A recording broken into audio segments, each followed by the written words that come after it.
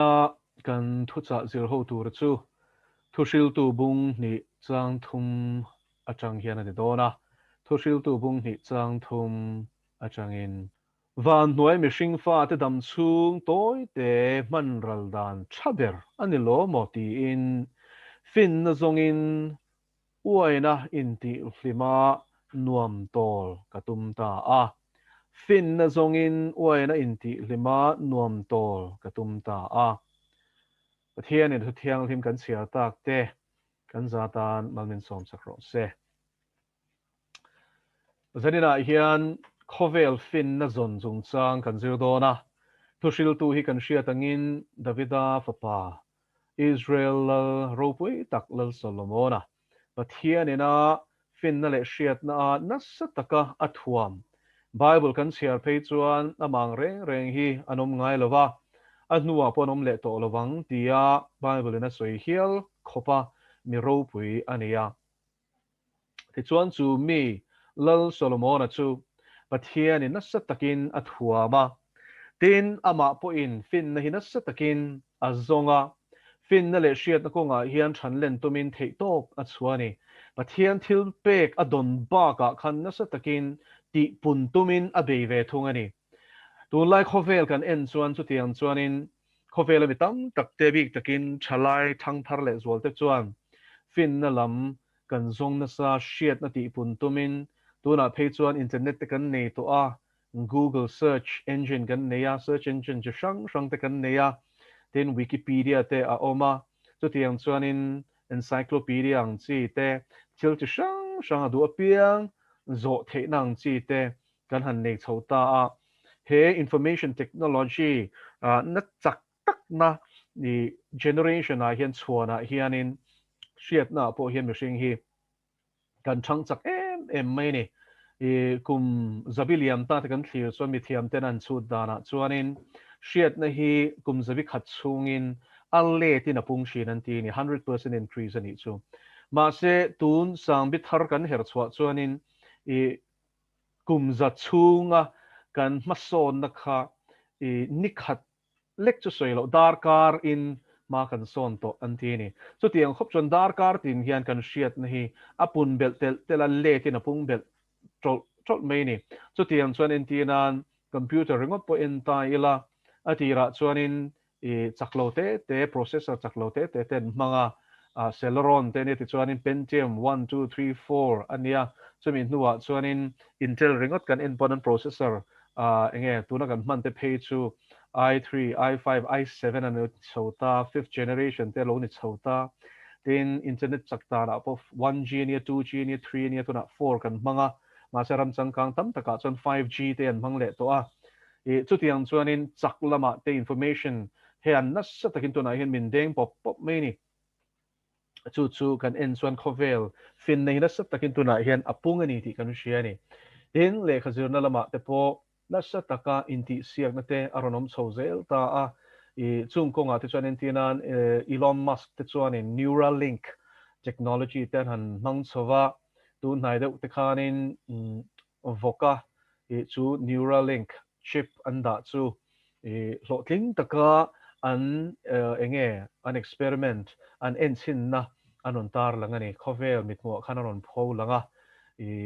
Elon Musk chu kan hriat angin khovela mi hosa ton to te zinga lang phave khovela mi hosa ber te po ron ni ve zok te kha ania Tesla car company te tin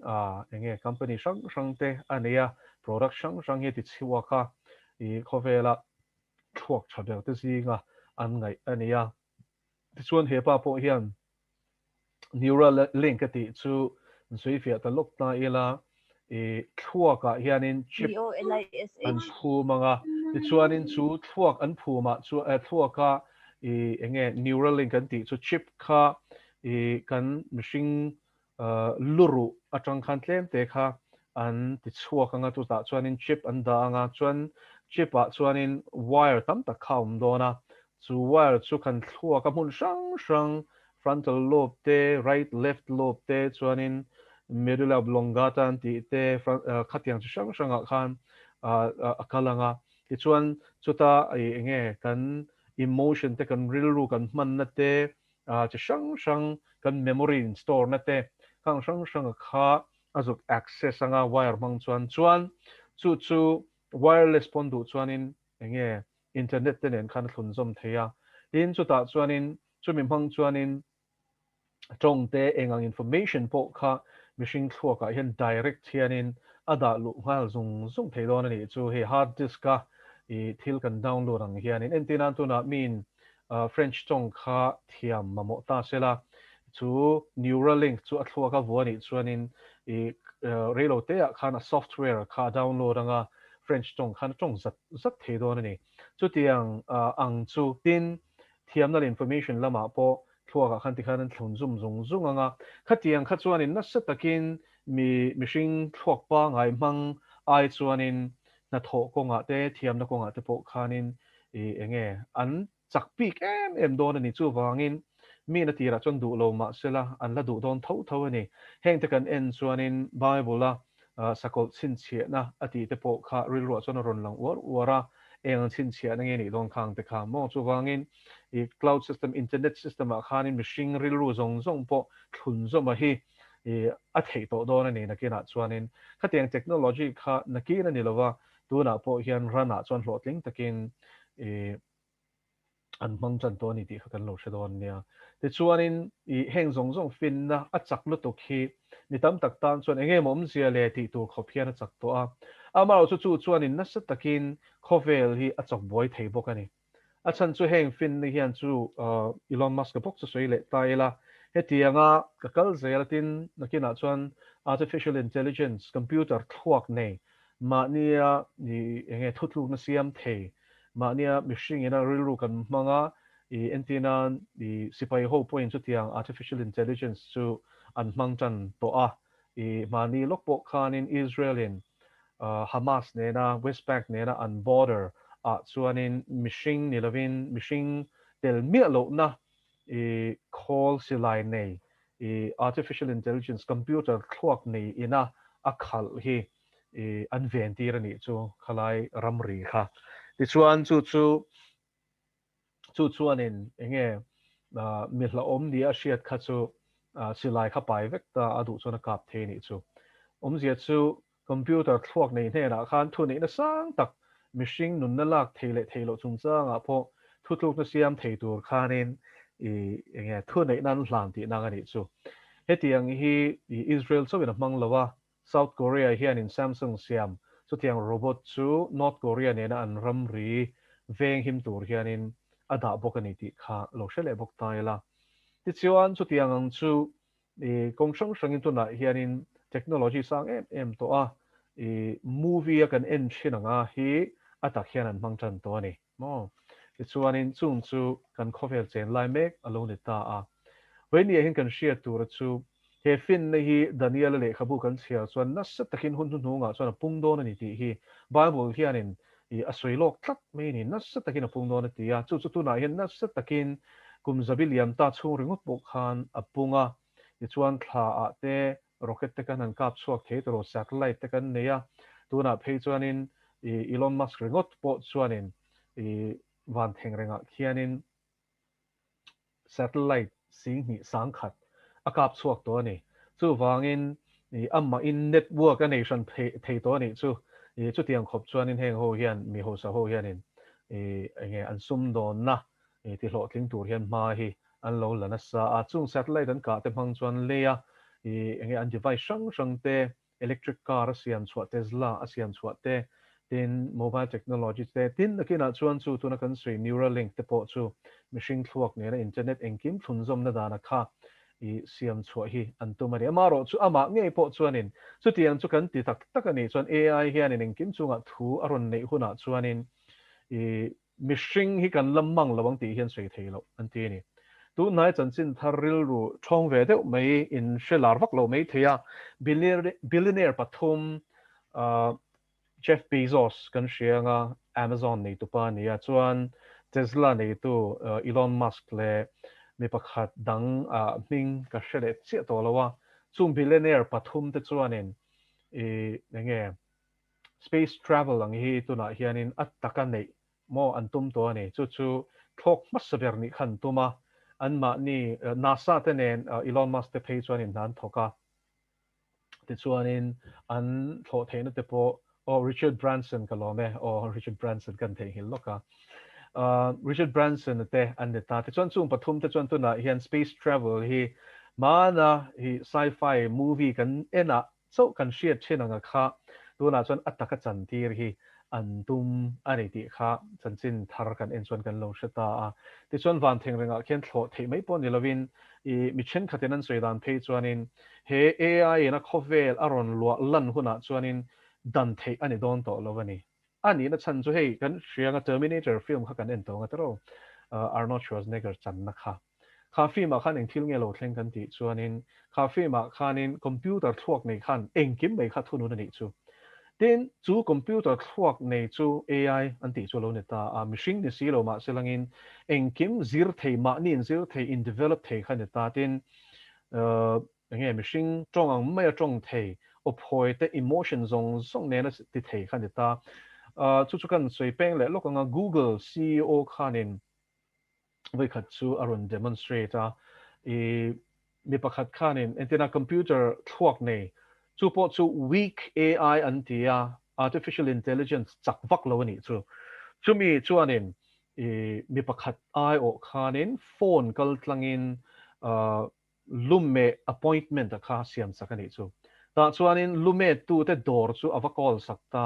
a client tan chuanin lumme tu nu chuan alo chang tu chuanin mishing ani lo ti he shalo re chu anin biak na chu an record ta ni chu ti chuan computer thuak nei chuanin mishing ang chen entinan ti velte mo khatiang rong song nen khanin pause te thil ngai to vung niom taka khatiang han ngai to vung khatiang zong song hei robot ang dewin call ang deuh khana tong mi lo ni chu machine tong pa nga yang chia khan I thil ngai to niom ang tak te le khatiang pause te chi sang nge language nuances kan tiang zong song kha a thia em mai a le lampanga machine dik tak pe tu khanin call ani ti hi computer thuak nei ani ti hi shelo re nga appointment so siam fel ve ni chu mini a chon chu ka man lo ti te khanin nge ani le chu mini a chon man theng em ti te kha chung thleng chuanin a de zut me ni ve tan lo kha chon thuak nei lo ke computer thuak nei ni ti hi hriat lo re nga chu weak AI ani chuanin strong AI chu eng ti chak nge niang tro tuna hin kan share tu ra chu China hian chu tiang artificial intelligence chu mang mup to ni ti kan share tangai mi pui 1.4 billion vil tur hian dar ka som ni pali vil tur hianin chu artificial intelligence chu nasa takin tuna hianin China hian amang to ni chuan chumi artificial intelligence on enge tikat kan ti chuanin mitin in engen khoya engen soya engen text and type a phone an in biakin engen soya community sarkar an soi selem tiang chi taka tiang zong zong kha alo enge clifim zung me ni chu kha tiang zo zai kha machine tan kha chuan machine thuak tan kha chuan dar ka som ni pali vil poni sela vil sena ni lo ma selen chu tak chuan computer thuak nei terabyte engemaw zat second engemaw zat chung leka process thei khopa thuak chak te to meng processor chak mo khatiang nei khatiang khanin alo analyze zung ta ni ti chon ki le tai la Terminator movie la kan huang khanin computer thuak nei khanin khovela machine te kha athun hnuai da to ni a chan chu he computer thuak nen siama strong artificial intelligence hi an hmang tak tak ani chuanin nakina chuanin chu machine thuak hian a phadon lo reng ti hi mi thiam te hian an mu thiam to ni chu mi mu thiam te chuanin he AI chak tak siama a kuta engkim da hla dan tur hi an hre thiam to ni ti chuan voi ni hen kha soi du chu Skynet an te ta te Terminator movie anga khanin khami Skynet program siam tu pa negropa te po ani chu mo khami movie kan en chuanin khami mi thiam te po kha asiam ma khan ti hlum an tum te khan ta ti chuan chumi ang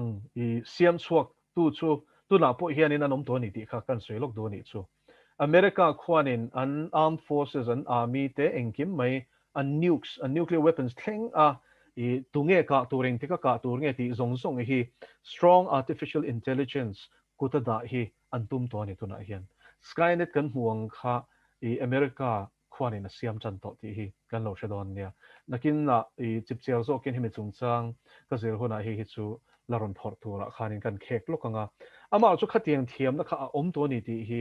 mi pui te hian kan hria ta nga ya I movie a an tar la nang hi chu ataka chan theidin huna hian an ding vek to tin chu mi siam na na an mi roi chu Google hi an ne tan company roi chu te zok teng ma se Google an technician te khan ngoru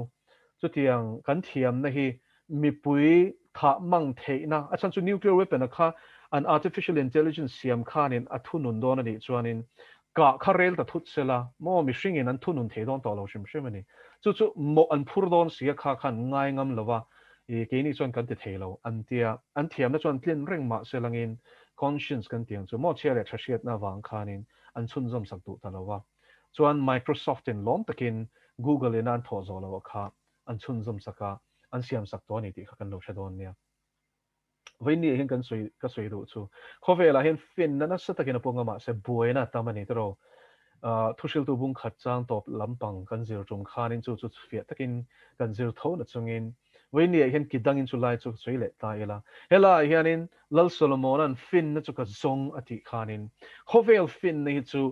Korean thon khat bung khat kan chia chuan art na ni je van chiang em đó chu tu na po computer thuak nei te kan mang thiam kan siam thiam kan tia eng ki ma hian machine hian kan ring tel ni taro en teran tu na hian nang nge po kan YouTube ai lu te khanin I video en du zong kha artificial intelligence Google hian mang te ka YouTube Google ta ni ya ni chuanin voi khat video chi khati en to chuan khatiang video kha YouTube ai lu le huna khan aron da tlep tor mayang mo I du zong kha alo zir zong zunga I du zong video kha lo la khom zong zong ani chu computer thuak nei hi ani ta ni kha kan share thiam angai ti chuan chung chu alo ni ta chu tiang ni chuan voi ni kan share tur chu fin na nia machine kan share chu nakina chuanin min ti chet tu ani thei zia hi I pathian thu atang lo pon khovel fin na tang po hian khovel mi fing te hian an buai pui to ani nga se thil om dan kan en chuanin khatiang khan mang don ani si lawan mang mek to si ni ti chuan Korean thon khat kan en chuanin bung khat chang som paria ta chuan cross thu chu boral mek te tan chuan at na nia ke ni chandam mek te tan chuan pathian thil ti the na nia ti tero cross thu hi tero tu na khovel boral mek tan hi chuanin at na vani chiang em o at thlak ani cross khen be moi pathian an tia khovel chak na ngai sang tu thachak na te thuak chak na te sum le pai nei apia ngai sang khovela chuanin tlom na te hi at na ni tro zol do zo ka chan te hi chaklo na ni tro ni ma sanen chu khovelin chaklo na ti chu o ke ni chandam nek te tan chan pathian thil ti the na ni si ni chu wangin tlom zo ka chan te hi Krista a chuan hne na ni zok te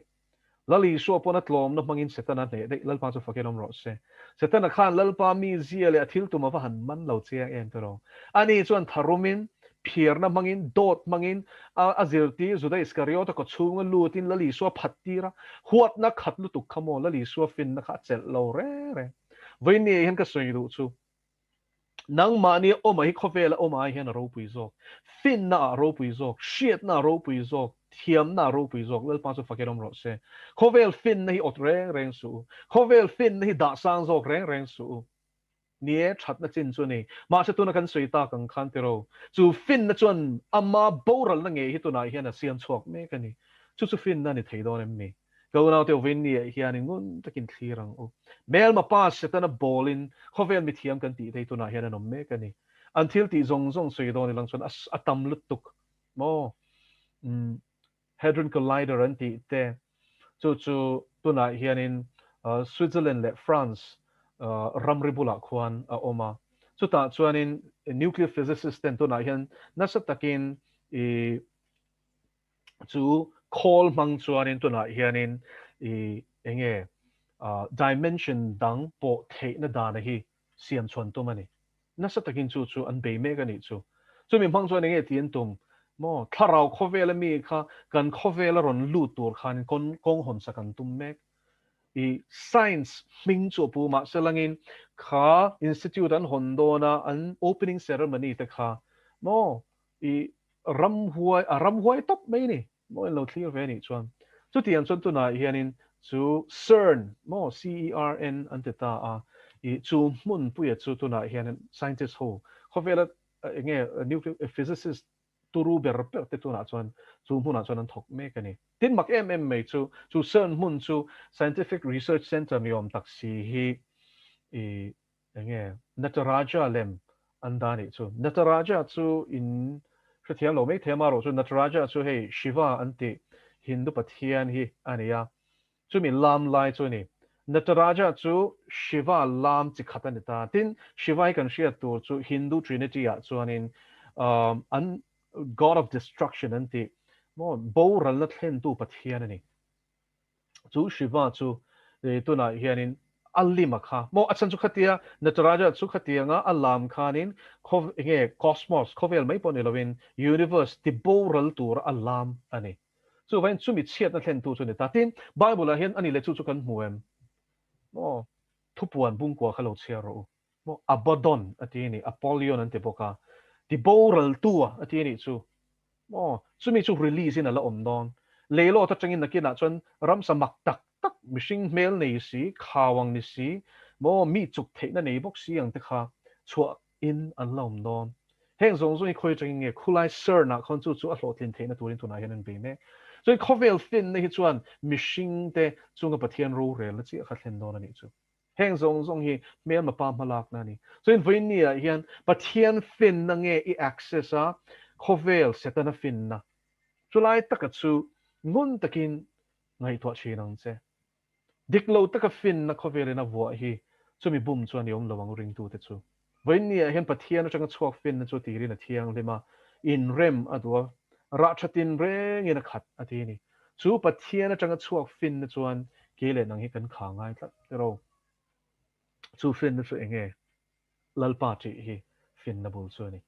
lalpa ti hi fin na bul chu ni tuna hian China mai pon ni lawa ki US a pon tin sa to an ti na re to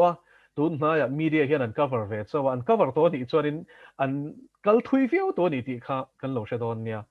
mishing le ran chipol kai mira an ti chu an siam na hi re to lutok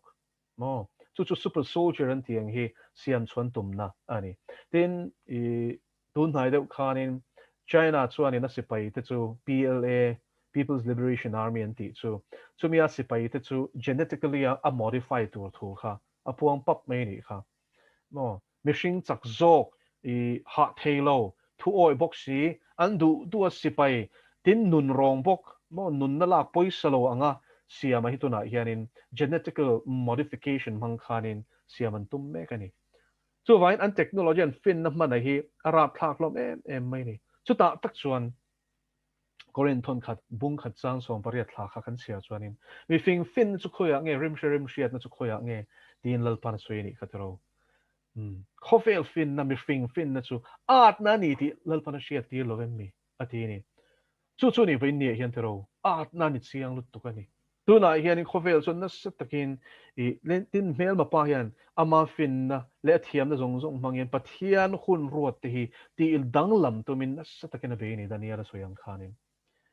chu pathian hun ruati dang lama tum na chan chu achunga ro re la lo thleng tur hi a hria a hlau lu tuk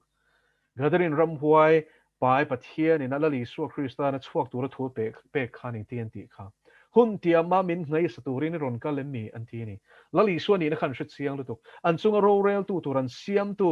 engkim chunga ro rel tu pathian nungani na kha an hai lo re mo lali su ma kha chuan khur tok tok mi ni so when ni hen kan share tur chu setana na chunga ro re la lo thleng tur hi pumpel tumin pathian hun ruat te hi ti dang lama la tum non ani chung ti dang lama tum na tan chuan mi hring hi tuna hian na sa takin man ruwa mang me ka tin he fin na sa taka khovela aron pun na achu an han chuilet wangwang hianin Roswell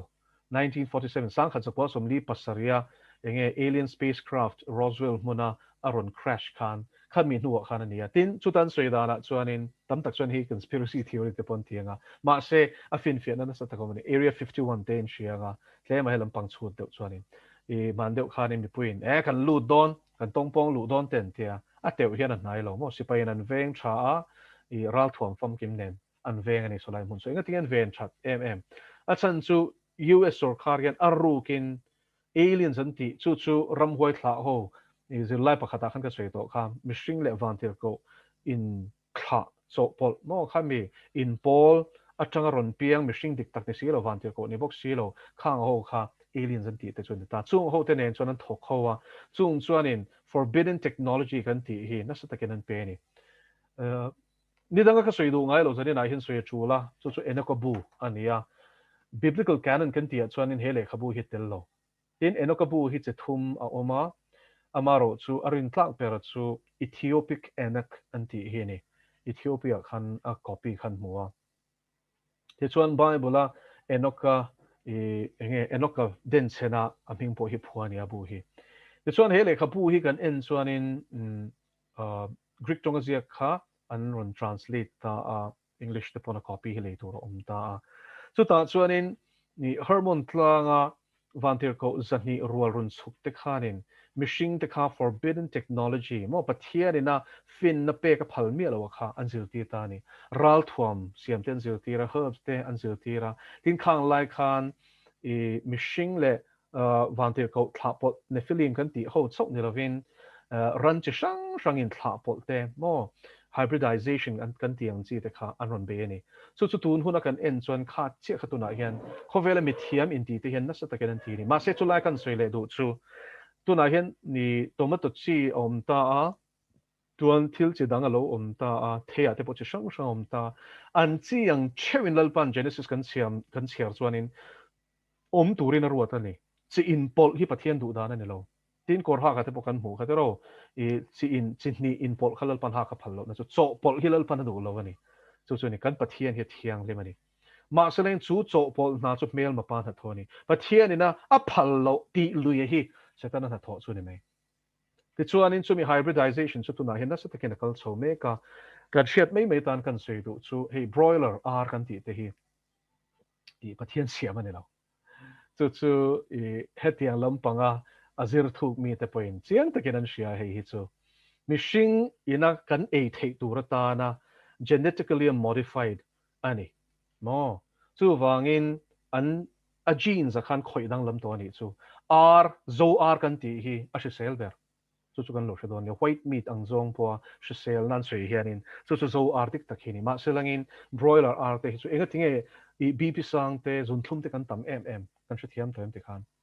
so in heng broiler r te le r chi sang ang chi mishing ina a khoi ching pena buat sei ho hi a a shi sel lovani when ni hin chung chu kan shia tangai so vain heng hi genetically modified organisms gmo anti ho ne ta chu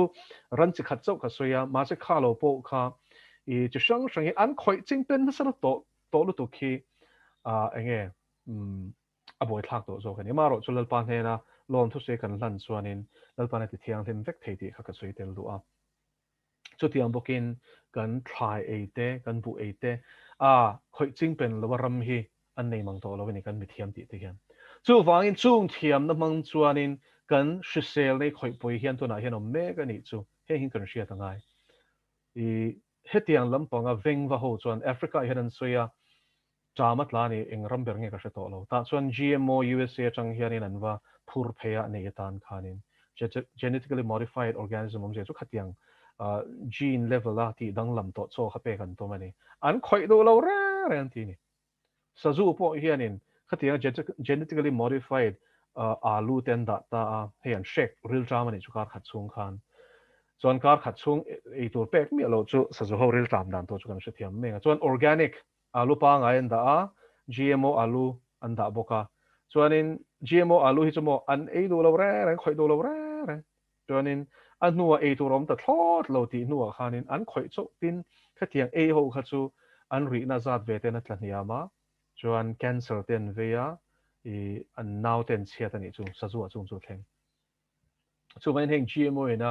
machine khoi poi thei dan to chu ti khan kan hre thiam thei o man genetic level la hian na sa takin mutations te khatiang kha thalo kha aron thlen thei ni chu vain ni hian kan hriat tur chu heng khovel fin na hian khovel hi chok poi mek ani chu wangin i heng zong kan en chuanin i lali so krista local le huna chuan heng hi ti to pala ne don ani chu mo ti top hun alo mang ma se chu mi mang e po chuan heng chung sang hi ring tu te hian kan hria tangai khovel fin na hi chuanin fing in ti em in ama chiat na nge hi tuna hian a thok chuak me ka mà sẽ lal pa fin này rồi chuan tiro cross à là lý do mình thân rồi bùi chuan tu na mail mà pa na mình ti chiat na tu ta na kan e tu te in tu te eng kim mai a khoi ching pen dan tu re mu lok fek lau tu re ne lo khata khan lau nan ka soi lo ne zani na hian chung zong song ka soi da chan chu heng zong so hin min mangai tu wang chuanin ro pui ta ka ngam tu kan ni la li suan cross a khanin heng hi alo ching fel vek to heng hi setan ei hian min ti chiat nan kan tak sa nge po kan ril ru khoi poi nan hian alon khoi don alon khoi ching pen don ti hilal pan soi lom machine fa local le chu no hun lai ang khan yang ti kha mo no hun lai pon na set takin khoi ching pen chu wen tui let mangin lal pan ti bor la ni chu wen enge khami she lo tan kha chan lal pa hi van rong e ti mai tur ni taro ma se khong ei na zo ka sin ti bor lo se lang chuan machine chi pa ngai ran chi pa ngai hi mu tu rom to lawang ma se lal pan a pa ngai ho ama siam dik tak kha chun no longa khana khong fel rek lal pa se fakerom ro se chan nam tu hi chu van chiang en taro chuan mail ma pa na khoi ching pen ho chin chi khani tui let mangal pan ti bor chu chu tiang buken he hun hun nga hian kha tiang kha mail ma pa hian a thian thil siam moi tak that tak hi ti chiat tumin ti kholo tum hianin khovel fin rap thak tak hi amang chho mek ani ma se lal pa chi tu te chuan chu tiang reng reng chu mo kan khoi ching pen ve don lo ni tro heng hi poezi kan shiat ve ngai bo so mi thiam tak tak te pon ni ngai thla mei the he thu hi heng hybridization te heng hi pathian du dan ani lo ti hi siang takin siang o thiang lim ati hian pathian in a siamang hi a thaber chu la chon ka lut ve du thung ani chu mi thiam ten an zir mo pathian in a siamang ang hi a lo thaber ti hi mu chuak se elena po hian ani ama ka sin kan pathian hian in a ro pui lu to kan pathian ni entinan keret chu hei heti han zai lep chuanin mit thlang ani hi tro mitata na tha sense of humor te pon sin kan pathian hian mo chu wangin carrot at khanin mitta na thil tha vitamin tha chakna tha khalal pan lo da chu tian chuanin khai te na hring te khang zong zong lalpan ei tur ta na min pe khi thei che sang sang a te hianin chakna kan mamo kan taksa na mamo tur hilal pan da fek so en voi nia hianin heng te hi shi thiamela heng konga te po hian ring tu te kan har chuanga bible a hianin ei tur tha le ei tur shi sel hi min shil na salo to kan ni chu pomegranate thei te chalu to a fak na sa mo so tiang bokin wheat te hi a tha em ta ti chuan chi sang sang e grains kan tiang chi te a tha thei chi sang sang a that zia te kan mu a chu vain chung zong zong kan en chuanin olive that zia te kan mu a Israel rama phei chuan olive shiak an sor chhuah hi ke ni na dal kan meng deuh hianin chang thop nei hian an zok chian ei mai ni hrisel em mai ni chu vain kan tak sata na hrisel po hi ho ingai tuang u mo chu ta chung kan soi du chu chang thop in ei thin ani chuan a var ai chuan brown bread an ti hi a hrisel zo kani nutrition om zo mo a chan chu chang var kan chak thop var kan ti hi chu meida tanga siam ania inge wheat fang apua vitamin om lo lai ani chu ti chuanin brown bread kan ti hi chu a chak nom lai tanga siam ani ta ni chu tiam bokin ei tu sang sang ai hen heng te hi research lo bei kwal taw la kan taksa ta na thatur hi kan ei tam angai ni he hun hun hunga hian a chan chu ka soi lu chu he ka soi lu de na chan chu pathian rong bol i du chuan i taksa hi hri sel angai tina kha tokin exercise hi lo mo i blood circulation a thanga chuan i taksa toxins thil thalo kha i taksa in thlan mangin a pai chhok don ani thlan tlangai lo ti a hri sel lo thak mo chuan exercise thlan tla khop hian i lak tur ani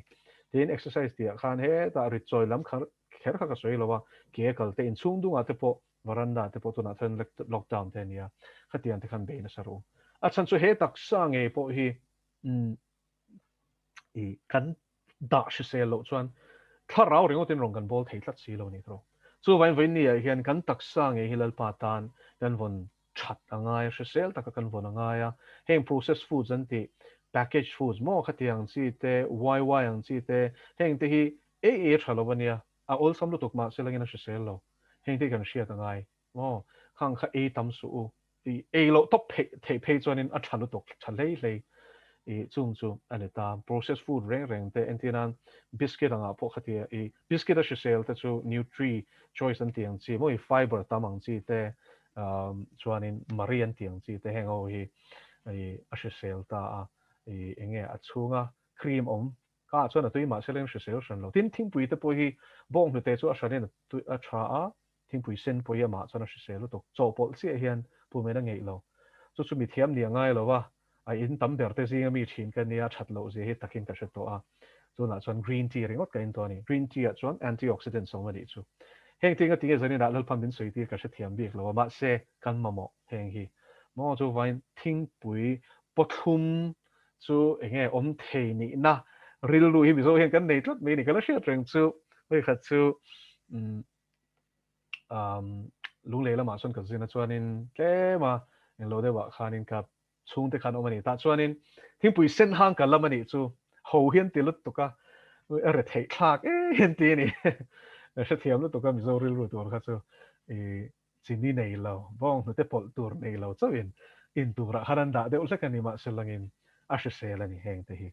chu wangin green tea kan in lo ni pon thingpui sen hang te hi lo in tam ola chu tiang chuan in se sel nei vong ro o a chan chu hei hi pathian thu kan soi lo na ni chuan kan soi te la ngai tlat bible hian e thale thalo hi soi na sa tin thil pakhat ka soi lo thei lo pahni in te teng o pakhat te teng kan soi nge mizo yana pathian thu kan zom lo na pakhat chu voksa kan e hi ni pathian hian du lo te me ni o voksa le chai chim e chu ti bora langa ti mia isai zia khalo chia ro e ka phwa chapa ni mi lo ni bible a hian en ro a chan chu lalpa ten zong takani hei hukbom kan ti himo a cycle chu voksa mishing voksa kha khani akal kwal na chu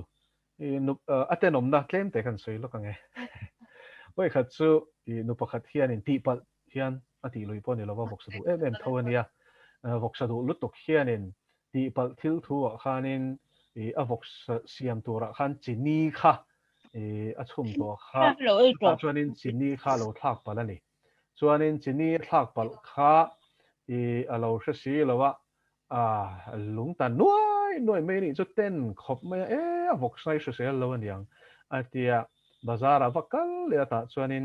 a hre sel anga a hria ta kha ti khanin avalei le ta a chumi voksa thar enge khatiang om lo tura anga ya khanin chini chu a fianan khan thak le ta ni chu allunga kharon chuak le ta trum mai ni chu khata tang khachuan a khoi hian a khoi du to lo reng kha kha tui ti takin kan e thin khachuan ni sia toro chu vai vin ni hianin pathian in a phal lo hi chu kan ta na thalo ti na ni tin adang le ka soi du chu sathi thun kan e thin hi pathian thu hian a khap tak a chan chu thi sen chu nun na ni mo chu lalpa nei phal lo tin i khang ta chu thu thlung lui lom in lo ti takin tir ko te thil ti kha lo chial le kau la Jerusalem khom puya khanin i kha sertan ho ena boinan siam chhota tir ko te thil ti bung som panga bung som paruk chho kha lo chiarula chu ta chuanin rentel ring tu te hne na i Jerusalem council na thuan cha chu hei hi ni mo sare hlum sa e lo tur te chuan sathisen e lo tur te milem belo tur te chuan in ngai na laka in thia filim turin an shilani kham thil chili khan shilani chung zinga chuanin sathisen e lo turin an shilani chu Leviticus bung som pasari chang som pakhat thu kha an la vong nung reng ani chu chang som thu som pakhat ani chu wangin i sathi thun e te hi mizo hian kan sha ta kha tui ti hlei hian in ni mei theya ma se khang kha a sel lo ani an ti ni chu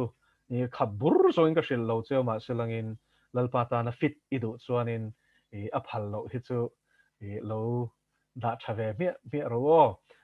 pathian tan sel takin kan taksa nge poi kan vong don nia lalpa na thu kan ti ri te kan za tan lo min som sak ro se